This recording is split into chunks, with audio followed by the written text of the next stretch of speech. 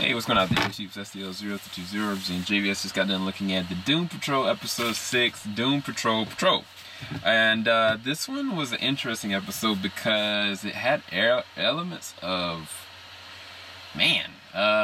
horror, dread, darkness, and yet I was sitting there thinking, oh wow, this is going to be a nostalgic throwback. I thought this was going to be kind of a flashback and seeing the original Doom Patrol, and like, I was kind of like, okay, well, this is gonna give us a inkling of like Rita's past and like, you know, her love interest / husband, and come to find out, like, no, this is your worst nightmare come true kind of situation. And like,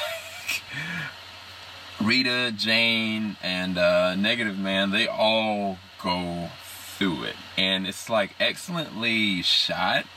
And just the tone of it is so different from the last episode. Like, every single episode is completely different tonally.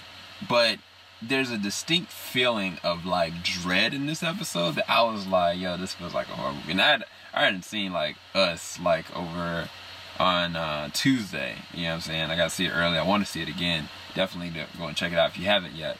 But this episode was crazy. Especially when you understand what Mr. Nobody really did. That he was like, oh, I'm going to give you an implant memory to go and find the Doom Patrol. And you're going to go and find them so you can understand what you're really dealing with. Because I thought, oh, wow, he gave her the name so, you know, they know what to take up themselves. Like, they're going to go, that's going to be their motto. Now, technically, indeliberately, he's actually making them become heroes. Whether or not he knows it or not, whether or not he cares or not, whether or not it's common relief for him or not, or whether or not he's trying to provoke them not to. But the things and the steps that he's doing, he's forcing them to face their weaknesses, their fears, and make those strengths. Like, and specifically with Jane, I think that when the black guy was talking to her, like, and kind of detailing, like, this is the reason why Mr. Nobody had you know all this, is to have you back off, like, for you not to find Niles, for you not to continue.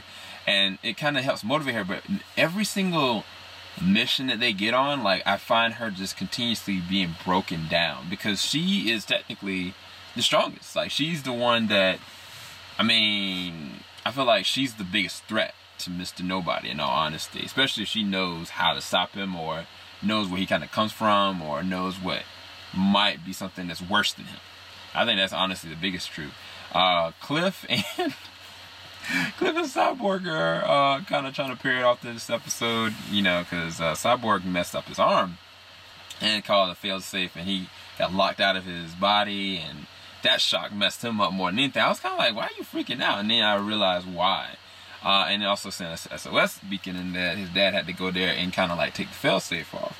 And he really just doesn't trust his dad. I really feel like there's been some memories and stuff that's been implanted into this man that when he finds out the real truth, it's really gonna mess with him. It really is. But it was interesting to have, you know, your boy Cliff, or Robot Man, and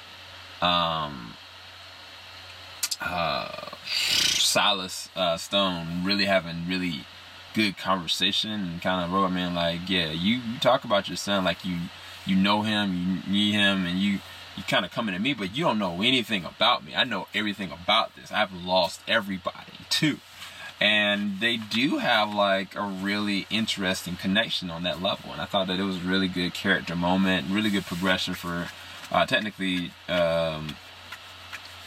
Cyborg and Robot Man. Even though Robot Man is hilarious, Brendan Fraser is hilarious in this, and Cyborg's just so uptight and so, I don't know, a straight arrow, and it's kind of just like he's having to go and compromise on a lot of different things.